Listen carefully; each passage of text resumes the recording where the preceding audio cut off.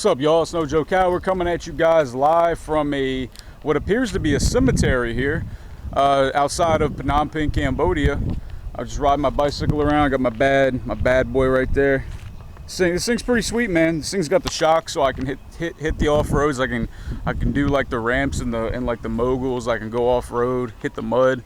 But yeah, I'm just riding around and just kind of getting lost again.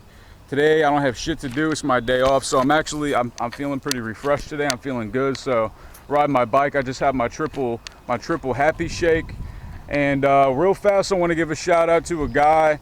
I know him as Nakmizi, and he's been a follower of mine for a while now. And I actually had the opportunity to meet the guy. It was like 3 days ago, two or 3 days ago, and I was on my way to Pink Elephant to get my routine happy shake, and I see this big ass black dude walking down the riverside, and I'm just like, all right, and he kind of looked at me like he recognized me. I'm like, all right, well, maybe it's somebody who's seen my videos. That's cool.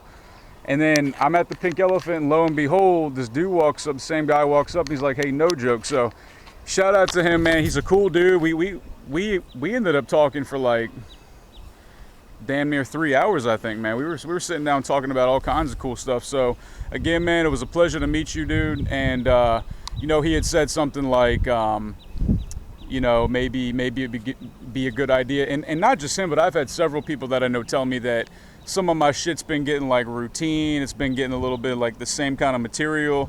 And look, guys, hey, fair enough, maybe, and he said to show some new shit. So hey, here's some new shit, guys. It's the Cambodian Cemetery, man. Like, fuck all the markets, dude. Like there's a zillion videos on the markets, man. I mean, yeah, like they're all the same. Like they all sell food. They also like not overpriced, like over manufactured products.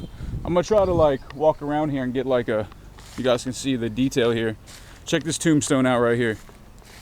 If you guys don't find this shit interesting, then fuck you, man. Turn the channel. It's obviously Chinese right there. I have no idea what it says, but if anybody on this channel can read Chinese, and then right here, you guys can see that it's like Nien Tai Hai. I'm assuming that's Vietnamese. It sounds like a Vietnamese name. Something I don't understand about the Vietnamese language. If anybody can maybe like leave a comment, because I honestly don't know. So please excuse my ignorance. But being like an Asian language, like why do they use the Roman letters? Like why do they use like English whatever letters to write their words? Like wasn't the original? I mean, like did they use characters to start? See, I have no idea. So if anybody's picking up what I'm putting down, I'd appreciate some feedback because I honestly don't know. So see what we got over here. Oh shit, man, looks like we got a big ass pagoda up here. We got this, we got that. Yeah, man, so I'm not gonna walk through all these weeds and shit, but I just wanted to talk about something real quick. Let me see what time I got. 3.5. I was talking to this guy Nakmizi, and like I said, he's a black dude, and he's also an accomplished Muay Thai kickboxer, like a Muay Thai fighter, and he's a tough dude, and he's good at what he does, and that's awesome. So respect to him. But he had said something to the effect of like, in my videos, I can come off as like racist, or like I have some kind of like subconscious hatred for black people. Because you guys know I've made a lot of video where I talk about living in the hood, or I talk about black people, this and that, or I talked about like the Trayvon Martin thing and the Michael Brown shit. And like we talked all of it out, and we pretty much were like on point with one another. I mean, whatever.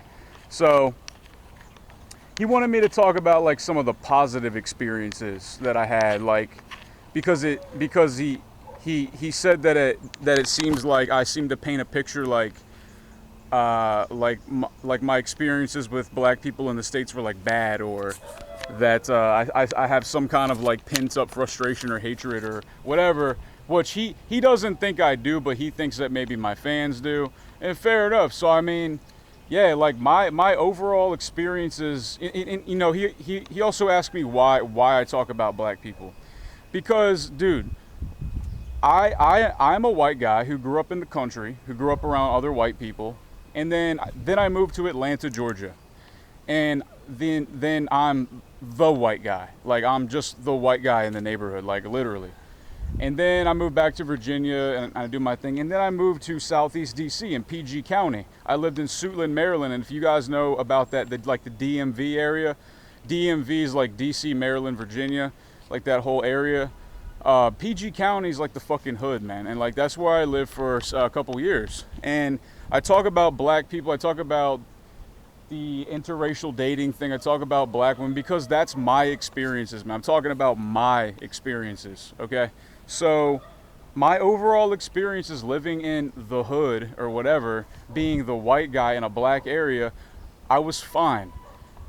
For the most part, I never felt threatened. Like occasionally you would see a couple shady looking dudes, but like that's anywhere here too. Like there's shady looking Cambodian fellas. So man, look at all this greenery, man. This is nice, right? Nice and thick and lush, if you will. There's some people over there. Hello, they're just staring. They're staring at me like I'm an asshole. Maybe I'm not allowed to be filming here, but fuck it.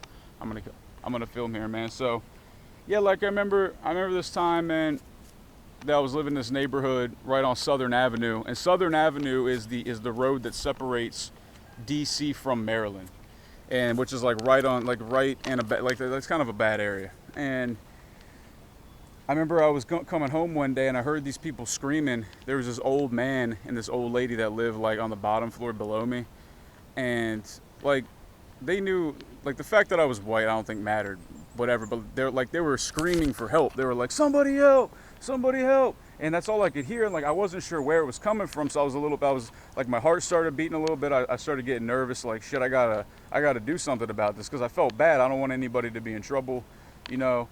And so I went in there, and the dude, the man was blind. The husband was blind. And the reason he was yelling for help is because he was blind. He couldn't help his wife. Basically, his wife like had some kind of stroke or something, or something happened where like she fell unconscious and fainted and got on the ground. But his wife was also disabled. She was physically disabled, so she couldn't get up. So the husband like couldn't get her up for some reason. I guess he was too weak or something was wrong with him. So he was like I went in the house and I lifted his wife up, and she was kind of a big lady. She looked like she had her fair share of chicken and waffles. Yeah, I said it. She has some red beans and rice in her day. Yeah, I said it. Go fuck yourself. You know it's true. So all I'm saying is she was a robust female, and I was happy to help. I put her on her bed, asked her if she needed me to call the ambulance. I like patted her on the back, asked her if she's okay, and they just said thank you. And I just told them, I was like, look, anytime you need my help, just, you know, I'm up there in, what was it, like 102, 202 or whatever, just, you know, whatever. So anyways, man, yeah, and like a lot of people showed me respect. I mean, at first I thought that I would get fucked with because I was the like the white boy. I was gonna be like, man, I'm living in the hood, I'm a white boy with a black girl, like maybe I'm gonna get fucked with. Damn, you know, hope that doesn't happen. So I mean, for the most part, I used to carry a gun anyway. I used to carry like a 357, or I carried a 9mm, or I carried a 45 with me, because a lot of guys around there had guns. So I mean, the best way to beat a guy with a gun, the best way to beat a bad guy with a gun is a good guy with a gun. So and I'm a good guy for sure, not a bad guy trying to find trouble. But and one other thing he said was like, why do you move to Southeast Asia where there are no black people? Pretty much, like there's really no black. Obviously, it's just like Cambodians, and there's a bunch of white people, and then some black people.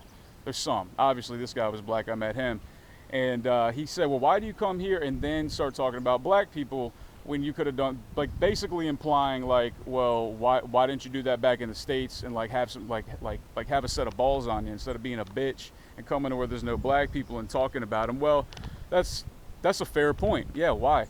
You know, back when I lived in those neighborhoods, just back in that point in my life, like I would have never thought a YouTube channel. I'm like, that never dawned on me to make a YouTube channel and just talk about shit. I did do some blogging, but like nobody saw that. Like my mom saw it, you know, it was nothing. But like my channel now is reaching out to people all over the world, and it's growing. And I have the most popular, upcoming, and most unique channel coming out of Southeast Asia, and that's a fact. That's a fact. I'm the most original dude coming out of Southeast Asia, man. Like I've seen, I'm not gonna drop names, but you guys know that there's other Southeast Asian or there's other YouTubers out of Southeast Asia, especially out of Thailand. And look, man, these guys are fucking boring. They're fucking boring, man. They're just like, they're fake.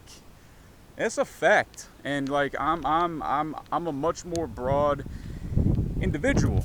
So fuck all those guys. I'm no Joe Coward, and I make the best fucking videos coming out of this part of the world. So, you know, I'm here talking about it now. So I'll talk about whatever I want now that I have my channel. Like I might end up moving to fucking Prague one day in the Czech Republic. I might end up moving to fucking Russia. I might end up in Brazil. I don't know. I'm still gonna keep doing No Joe Coward no matter where I go, guys. So let me see what time I got. About 11 minutes. I should probably cut it off. Anyways, man, it was a pleasure meeting you, Knockmeezy. If you're still, you know, if you're watching this video, definitely next time you're here, man, it'd be cool to chill again. And yeah, shout out to all my fans. And like I said, if you guys are coming to Phnom Penh and you want to save time, money, and trouble, and you do want to meet me, you do want to sit down with me, I have a price. My time is very valuable to me, but I'm more than happy to help with whatever I can. I'm more than happy to give you assistance making like a resume to get a teaching job here. I'm more than happy to give you job contacts, apartment contacts, guest house contacts, and just give you some general info, but I deserve to be paid for it.